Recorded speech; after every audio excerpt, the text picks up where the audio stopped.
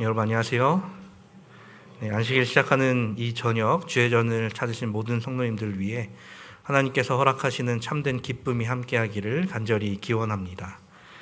오늘은 눈먼 자, 그리고 보지 못하는 자, 또 보는 자라는 제목으로 함께 은혜 나누길 원합니다.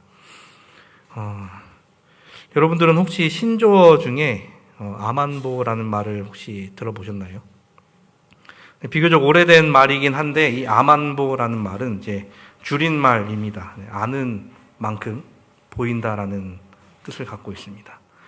예전에는 눈으로 직접 확인할 수 있는 물질이 중요한 시대였다면 지금 우리가 살고 있는 이 정보화 시대에 이르러서는 눈에 보이지 않지만 가치 있는 것들이 더 중요한 시대가 되었습니다.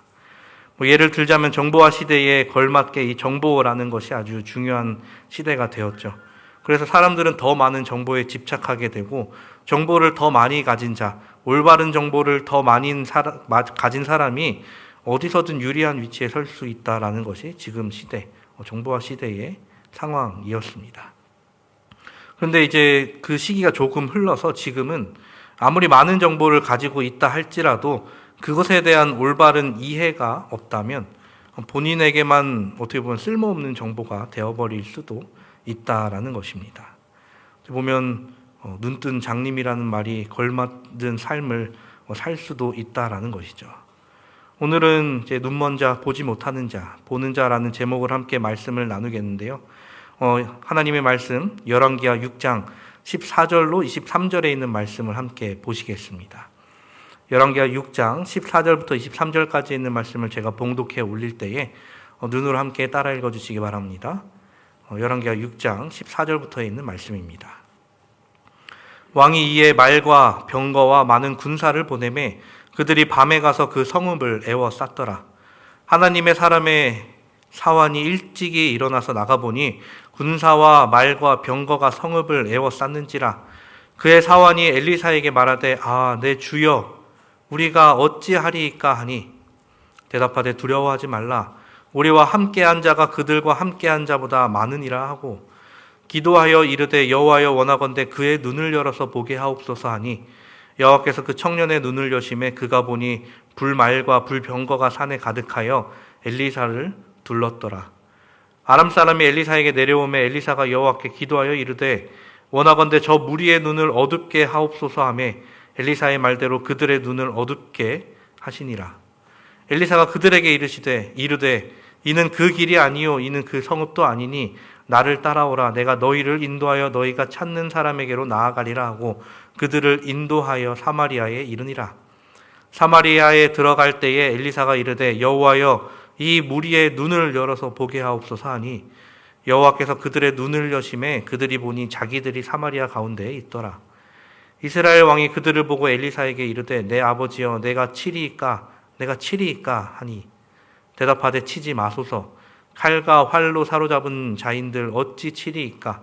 떡과 물을 그들 앞에 두어 먹고 마시게 하고 그들의 주인에게로 돌려보내소서 하는지라.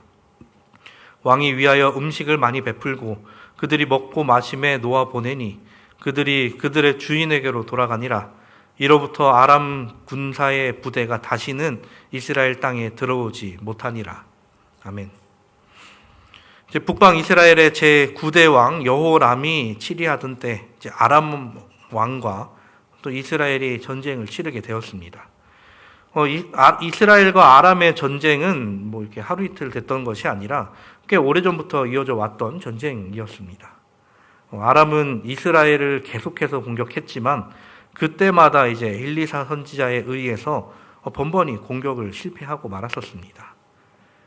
그랬던 이유, 엘리사가 그렇게 했던 이유는 엘리사 선지자가 하나님을 통해 받은 그 아람의 소식을 전부 이제 이스라엘에게 전해주어 공격을 아주 쉽게 막을 수 있었기 때문이었습니다. 아무것도 모른 채 마음이 복잡해진 아람 왕은 자신들 중에 우리 중에 이스라엘과 내통하는 자가 있다라고 생각을 해서 부하들을 전부 모으게 됩니다. 그때에 그 모여있던 신복 중에 하나가 이렇게 이야기합니다. 왕이시여 우리들 중에 내통자가 있는 것이 아니라 이스라엘에는 엘리사라는 선지자가 있는데 그는 왕이 침실에서 하는 말씀까지도 다 이스라엘 왕에게 이야기합니다라고 이야기를 했습니다. 그 이야기를 들은 아람 왕은 그 즉시 엘리사를 붙잡기 위해 병력들을 이동시킵니다. 그에 대한 이야기가 오늘의 말씀인 것이죠. 아람 왕이 밤중에 많은 군대를 보내어 엘리사를 잡으려고 하였습니다. 그렇게 성읍을 둘러싸고 아침이 되었을 때 엘리사의 사환이 일어나서 이제 밖을 둘러보았습니다. 그랬더니 많은 군대가 이 성읍 그리고 이 집을 둘러싸고 있는 것을 보게 됐던 것이죠. 그래서 내가 여기서 죽을 수도 있겠구나라고 생각한 사환은 엘리사 선지자에게 달려가서 이야기를 합니다. 선생님, 지금 난리가 났습니다. 밖에 우리를 잡으려고 아람 군대가 우리를 에워쌌습니다. 그렇게 급해하는 그 사환과는 반대로 엘리사는 아주 태연하게 이야기를 했죠. 우리와 함께한 자가 그들과 함께한 자보다 많으니 두려워하지 말라. 그리고선 그 사환의 눈을 열어 밖을 보여주시니 불말과 불병거가 산에 가득한 것을 보게 됩니다. 그런 상황 가운데 이제 아람 군대가 전쟁을 시작하게 되죠. 공격을 시작합니다. 그러자 엘리사는 불말과 불병거를 통해 그들을 물리쳤던 것이 아니라 하나님께 다시금 기도를 드리죠. 저 무리의 눈을 어둡게 하옵소서. 그러자 기도대로 아람 군인들 모두의 눈이 어두워져서 그들이 아무것도 할 수 없게 되어버렸습니다. 그러자 엘리사는 그들을 이끌고 그 병사들을 이끌고 이스라엘의 수도 사마리아 한 가운데로 들어가서 다시 그들의 눈을 뜨게 해달라고 기도를 하죠. 아람 군대가 정말 많은 숫자가 몰려왔지만 적진 수도 한가운데에서 그들이 할 수 있는 일이라고는 아마 아무것도 없었을 것입니다. 게다가 눈이 어두워진 상태에서 그들이 그저 말 한마디에 따라왔기 때문에 손에 뭘 들고 오지도 않았을 것입니다. 어떻게 보면 꼼짝없이 죽을 만한 상황에 그들이 놓여 있었던 것이죠. 그들이 그렇게 어리둥절하고 있는 그 사이에 이스라엘 왕이 엘리사에게 묻습니다. 저들을 다 죽일까요? 하자 칼과 활로 잡은 자들도 우리가 다 죽이지 않는데 어떻게 해서 저들을 다 죽이겠느냐? 그저 먹고 마시게 하여 돌려보내라 라고 이야기를 합니다. 이에 그들은 적이었지만 이스라엘을 쳐들어온 군사였지만 어떻게 보면 죽을 위기에 처해 있던 그들이었지만 환대를 받은 후에 돌아가게 되었고 그로 인해 이스라엘이 포위되는 때까지 그들이 쳐들어오는 일이 없었습니다. 이 사건에 나타난 사람들은 모두 눈과 관련된 일을 겪게 됩니다. 누군가는 실체적인 것만 보며 두려워하는 자가 있는가 하면 어떤 자는 아무것도 보지 못한 채 그 모르는 일에 뛰어들다가 눈이 멀어버린 자가 있었습니다. 그런데 딱 한 사람, 하나님의 사람이라고 불리는 엘리사는 그 모든 상황을 다 보고 있었다는 것이죠. 이 세 분류로 나누어지는 세상을 살아가는 사람들이 있습니다. 오늘 이 시간 이 세 분류의 사람이 어떤 사람들인지를 생각해 보면서 우리의 삶을 한번 더 되짚어 보는 시간이 되었으면 좋겠습니다. 첫째는 아람 왕의 명령을 받고 엘리사를 잡으러 온 병사들이 있었습니다. 어떻게 보면 이 사람들만큼 불쌍한 사람들은 없었을 것입니다. 일단 왕이 명령을 내렸으니 여러 무기를 가지고 병거를 가지고 이끌고 나갑니다. 그렇게 많은 병사들이 이끌고 나가서 누구를 잡아오라고 했다고요? 엘리사, 그 단 한 사람 잡아오라고 시켰습니다. 군대를 다녀오신 분들은 다 아실 것입니다. 밤에 작전을 하게 되면 지휘관들이 뭘 유지하라라고 이야기를 합니다. 밤에 이동할 때. 기억이 안 나시나요, 예비군? 기도 비닉이라고 들어보셨나요? 기도 비닉. 네. 밤중은 아니지만 밤중에 빛이 나는 것을 가리고 소리 나는 것을 최대한 적게 해서 상대방에게 아무것도 들리지 않게 조심조심히 움직이는 것을 기도 비닉이라고 합니다. 이 국어사전에는 없는 말이긴 한데 작전상 많이 등장하는 말이기도 합니다.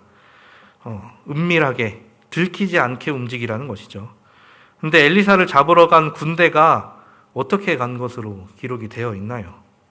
말과 병거를 이끌고 엘리사를 잡으러 갑니다. 이 두 종류의 병기들은 모두 소리가 나는 병기들이죠. 말은 조용히 하라고 해도 조용히 하지 않죠. 자기 말하고 싶을 대로 그게 소리를 냅니다.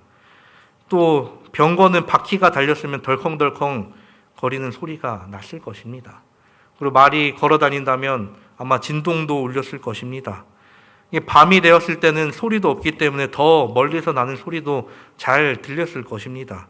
그런데도 그들은 말과 병거를 이끌고 갔습니다. 굉장히 어리석은 선택이었죠. 게다가 많은 무리들이 이동한 것 역시 아주 비효율적인 작전이었습니다. 우리가 잘 알고 있듯이 소규모 작전을 위해서는 더 소규모로 움직이는 것이 효율적입니다. 그것을 우리가 쉽게 이야기해서 기습작전이라고 하는데, 적 주요 인물 납치, 혹은 암살, 혹은 정보를 얻기 위해 정탐을 할 때에 잘 훈련된 몇 명의 인원으로 그 작전을 수행하게 됩니다. 이때가 아직 고대 시대라 그런 작전이 발달하지 않아서 이렇게 움직였을까요? 아니었습니다. 우리가 출애굽 당시를 한번 생각해 봅시다.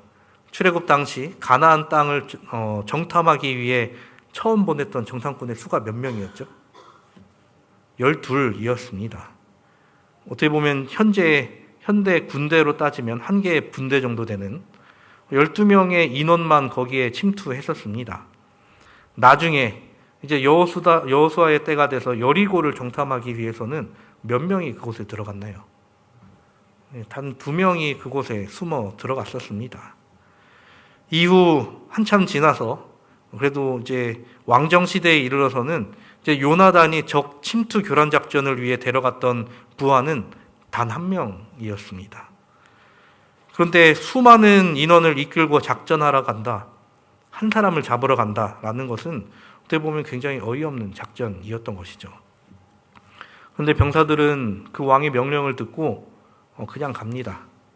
위에서 하라면 해야지, 까라면 까야지 어떻게 하겠습니까? 라면서 그들은 그 마음을 가지고 몸을 움직였습니다.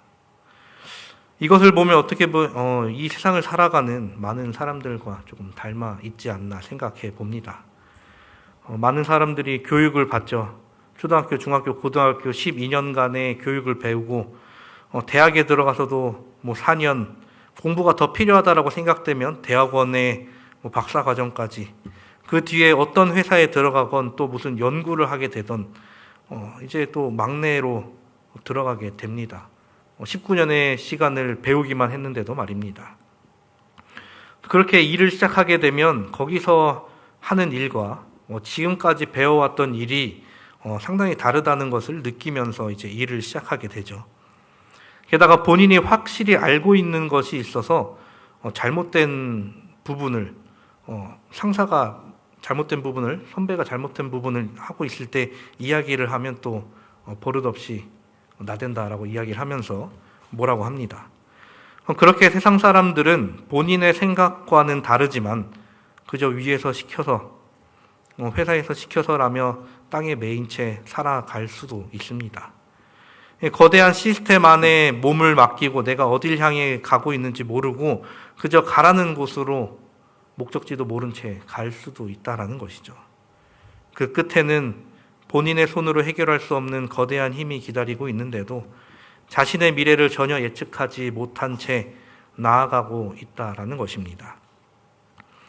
물론 이스라엘을 침투했던, 이스라엘을 공격하러 왔던 아람 군대의 상황은 아주 잘 풀린 상황입니다. 하지만 그들이 실제로 풀려나기 직전까지 어떤 생각을 했을까요? 그들 앞에 먹을 것이 놓여지고 마실 것이 놓여지는 그 상황 가운데서 내가 과연 이것을 먹어도 되는가? 내가 이것을 과연 마셔도 되는가? 여기에 혹시 독이 들어있진 않은가? 라는 생각을 하면서 그것을 받아들여 먹은 사람도 있었을 것입니다. 성경에는 아주 짧게 기록되어 있지만 많은 사람들의 생각이 오갔을 것입니다. 그들이 이스라엘을 둘러쌀 때까지, 사마리아에 오기 전까지 아마 이렇게 되리라고는 전혀 생각지 못했었을 것입니다. 그리고 그들이 실제로 눈을 멀게 되는 상황에 놓이지만 이미 그 전부터 그들의 마음의 눈은 눈먼 상태였다라는 것입니다. 오하이 선지자는 가룟 뽑은 기별 3권을 통해 우리에게 이렇게 이야기합니다. 하나님과 연관되지 않는 자들은 하나님의 원수와 연관되어 있다. 비록 그들이 주는 충고에 그들이 정직하다 해도 그들은 스스로가 눈먼 자들이며 속임을 당하는 자들이다. 하나님의 생각과 뜻에 전적으로 반대가 되는 제안과 말을 사단이 그들의 마음과 입에 넣는다. 그리하여 그는 그들을 통해 우리를 거짓 길로 미혹하기 위하여 일한다. 그는 할 수만 있다면 우리를 오도하고 혼란시키고 멸망시킬 것이다. 오늘의 본문 말씀에 또 두 번째로 살펴볼 수 있는 부류의 사람은 바로 엘리사의 사환과 같은 사람입니다. 이 사환이라는 직책은 그저 종으로서 끝나는 직책이 아니었습니다. 물론 단순한 종으로서 이 사환이라는 말을 쓰기도 하지만 성경상에서는, 그리고 엘리사의 사환의 같은 경우에는 신임받는 종이나 신임받는 일꾼에게 사용되는 경우가 많았다라는 것이죠. 신약 성경에 와서는 하나님의 복음 전파를 위해 부름받은 사역자를 사환이라고 부르기도 하였습니다. 그뿐 아니라 하나님의 교회를 섬기는 신실한 직분자들, 즉 집사의 직분을 가진 사람들에게도 사용되었던 말입니다. 엘리사의 사환이라는 엘리사의 일을 가장 가까이에서 돕는 사람이었던 것이죠. 그는 엘리사와 동행하며 정말 많은 일을 겪었을 것입니다. 아람 군대가 몇 번이나 쳐들어왔지만 엘리사가 하나님과 이야기를 한 뒤 그 모든 군대의 공격을 막아내는 것을 몇 번이고 겪었을 것입니다. 또 수넴 여인의 아들이 죽었다가 살아나는 기적, 보리떡 20과 자루에 담긴 채소로 100명이 먹고도 남는 기적, 그리고 나아만 장군의 문둥병이 낫는 기적 등을 모두 알고 있었을 것입니다. 그뿐 아니라 언제나 그 하나님과 함께하는 그 사람이라는 모습이 그에게 얼마나 크게 비춰졌을까요? 하지만 본인에게 문제가 될 만한 일이 일어났을 때 그는 지금까지 봐왔던 것들을 기억해내는 것이 아니라 본인의 걱정을 하게 됩니다. 마치 폭풍우 속에서 배를 타고 있는 제자들이 예수님을 깨우던 것처럼 엘리사를 깨우기 시작합니다. 아, 내 주여, 우리가 어찌하리이까? 이 사환과 예수님의 제자들은 그들이 지금 흔들어 깨우는 대상이 누구인지에 대해 올바른 믿음을 보면 갖지 못한 상태였다라는 것이죠. 제자들은 예수님의 모습을 참 여러 모습을 봤을 것입니다. 백부장의 종을 말씀으로 고치신 예수님, 또 성문에서 죽어 매여 나가는 한 청년을 또 되살리신 예수님을 그들은 다 봐왔음에도 불구하고 그들이 광풍에 배를 타고 있을 때 배 위에서 주무시는 예수님을 흔들어서 깨우기 시작합니다. 주여, 주여, 우리가 죽겠나이다. 제자들이 깨운 대상은 그리스도시요 살아계신 하나님의 아들이었습니다. 사환이 깨운 대상은 하나님의 사람이라고 불리우는 선지자 엘리사였습니다. 그들이 그토록 많은 것을 봐왔지만 정작 자신 주위에, 자기 신변에 문제가 되는 것을 봤을 때 그들은 침착하지 못했다라는 것이죠. 아는 만큼 보인다고 했듯이 내 주변에 어떤 일이 일어나고 있는지를 전혀 알지 못했기 때문에 그는 직접 볼 수 없었던 것이죠. 실제 우리의 눈으로 이 세상에서 일어나고 있는 선악의 대쟁투가 보이지는 않습니다. 하지만 눈으로 보는 것만이 보는 것이 아니요 영의 눈으로 보는 것이 분명히 존재합니다. 우리가 그것을 실제로 보지 못한다면 그저 이 세상에 나타난 현상에 쉽게 변하는 마음을 가질 뿐인 것이죠. 이 분류의 사람, 이 엘리사의 사환과 같은 분류의 사람은 하나님의 말씀 곁에 있고 하나님을 통해 많은 것을 경험했지만 정작 중요한 순간에 아무것도 보지 못하는 사람일 것입니다. 급변하는 세상의 상황 가운데 그리고 자신의 상황에 민감하게 반응하여 본인의 믿음도 변할까 하는 사람들인 것이죠. 분명 우리 주위에 그런 사람들이 있을 수도 있습니다. 혹은 우리가 그럴 수도 있다라는 것을 우리가 되짚어 봐야 한다는 것이죠.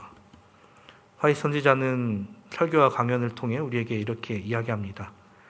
그대가 매일의 생애에 그분을 모신다면 여기에서의 작은 문제거리들은 시야에서 잃어버릴 것이다. 예수께서는 말씀하신다. 수고하고 무거운 짐진 자들아 다 내게로 오라. 내가 너희를 쉬게 하리라. 예수님 안에는 쉼이 있다. 그리고 만일 그대가 불평하고 걱정하는 영혼들을 돌본다면 그 이유는 그들이 그리스도의 멍에를 매지 않았기 때문이다. 여분의 주름살과 여분의 매질은 그들이 예수님을 모시는 것을 소홀히 했기 때문이다. 그리고 오늘의 본문 마지막에 볼 수 있는 사람은 이 두 부류의 사람을 이끄는 하나님의 사람 엘리사와 같은 사람입니다. 이 엘리사라는 사람은 정말로 대선지자였습니다. 아마 사사시대에 이 엘리사가 태어났다면 충분히 사사라고 불려도 손색이 없는 사람이었죠.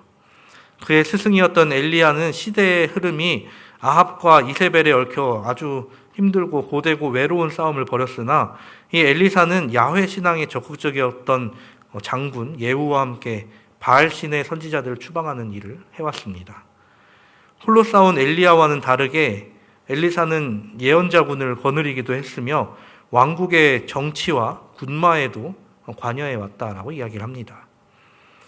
그리고 그는 어떤 상황에서든지 침착했으며 또 하나님의 말씀에 귀를 기울였으며 또 하나님의 뜻에 따라 행동하던 사람이었습니다.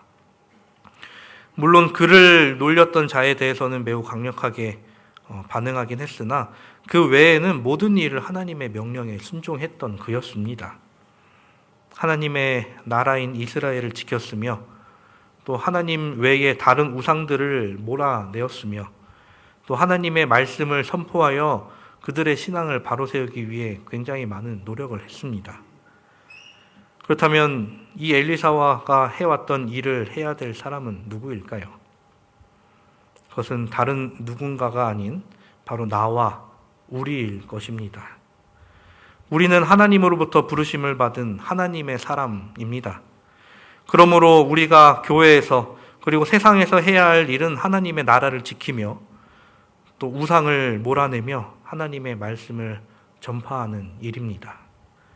그리고 여기서 그치는 것이 아니라 엘리사가 보여준 행동을 우리가 또 닮아야 할 것입니다. 엘리사는 주위에서 상황을 급박하게 느껴지게 만들었지만 그의 삶 속에서 그가 보여줬던 행동은 아주 온유한 모습이었죠. 그리고 그 상황에서 믿음의 눈을 통해 하나님께서 일하심을 목격했던 그였습니다. 또 모든 일을 그는 하나님께 내어 맡겼고 또 그 뒤에 일도 모두 현명하게 지혜롭게 이끌어내었습니다. 언제나 하나님의 말씀에 순종했으며 하나님께서 이루시는 일과 함께 했습니다. 하나님의 사람답게 하나님께 집중된 삶을 살았습니다. 우리의 삶이 엘리사와 같이 하나님께 집중된 삶이 되기를 간절히 바랍니다. 하나님의 사람으로 살아가야 할 우리의 삶에 하나님이 빠진다면 우리는 그저 사람일 뿐인 것이죠. 하나님의 사람으로 살아간다라는 것은 하나님의 말씀을 들으며 하나님과 함께 동행하는 삶을 살아가는 것을 의미합니다. 화이트 선지자는 증언보감을 통해 우리에게 이렇게 또 권면합니다. 우리의 표어는 마땅히 율법과 증거의 말씀을 좇을지니 그들의 말하는 바가 이 말씀에 맞지 아니하면 그들이 정령이 아침빛을 보지 못하리라는 말씀이 되어야 한다.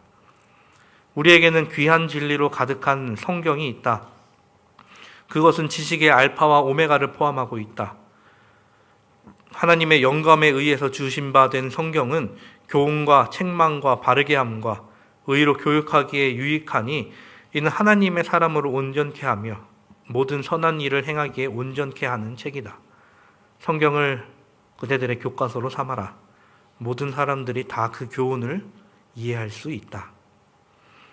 사랑하는 우리 성도 여러분, 오늘 본문에 나온 사람들을 이 세상을 살아가는 사람들 혹은 우리와 비교해서 함께 나누었습니다. 하지만 이것은 더 나아가 우리의 마음 속에서도 일어날 수 있는 일이다라는 것이죠. 교회에서는 하나님의 사람처럼 살다가 어쩔 때는 주위에 일어나는 일에 일희일비할 수도 있고 어쩔 때는 하나님과 전혀 상관없는 사람처럼 마치 세상 가운데서 세상에 뿌리 내린 사람처럼 살아가는 때가 있습니다. 우리는 어디에 더 가까운 사람입니까? 우리는 어디에 더 가까운 마음으로 살아가고 있습니까? 하나님의 사람으로 사는 것, 또 하나님의 말씀대로, 성경대로 사는 것, 이것을 잘못 들으면 율법주의자 혹은 완전주의자가 되어라가 될 수 있는데 그것을 이야기하는 것은 절대 아닙니다. 우리는 완전함이 아니라 온전함을 목표로 살아가야 하는 것이죠. 우리가 하나님의 사람이라고 할 때 우리가 올바른 길로 가지 못하면 우리가 남을 이끄는 것, 어떻게 보면 이끌다가 다른 곳으로 같이 빠져버리는 일이 생길 수 있다라는 것이죠. 두 사람이 함께 가고 있을 때 한 사람만은 올바른 길을 알고 있어야 하듯 우리도 우리가 다른 사람들을 이끌 때 올바른 말씀대로 살아갈 때에 그들과 같이 빠지는 것이 아닌 하나님의 이끄시는 그 길로 온전히 나아갈 수 있다라는 것입니다. 그렇게 우리는 하나님을 바라보아야 합니다. 그리고 하나님께 나아가야 합니다. 그리고 바른 길을 찾고 하나님께서 이끄시는 그 길을 하나님의 말씀으로 밝혀 걸어 나가야 합니다. 그리하여 우리가 그 길을 온전히 나아가며 또 다른 사람들을 그 길로 이끌며 모두 함께 하나님께로 나아가는 우리 모두가 되기를 간절히 바랍니다. 우리에게 맡겨진 그 일을 우리가 진심으로 받아들이고 우리가 하나님의 이름을 영광되게 하는 그 일에 동참하게 되기를 또한 간절히 바랍니다. 이 안식일 우리의 삶 속에서 더욱더 하나님과 동행하여지며 또 하나님께서 우리에게 허락하시는 그 행복을 누리며 이 안식일 더욱더 기쁜 안식일 되기를 간절히 바라며 말씀을 드리도록 하겠습니다.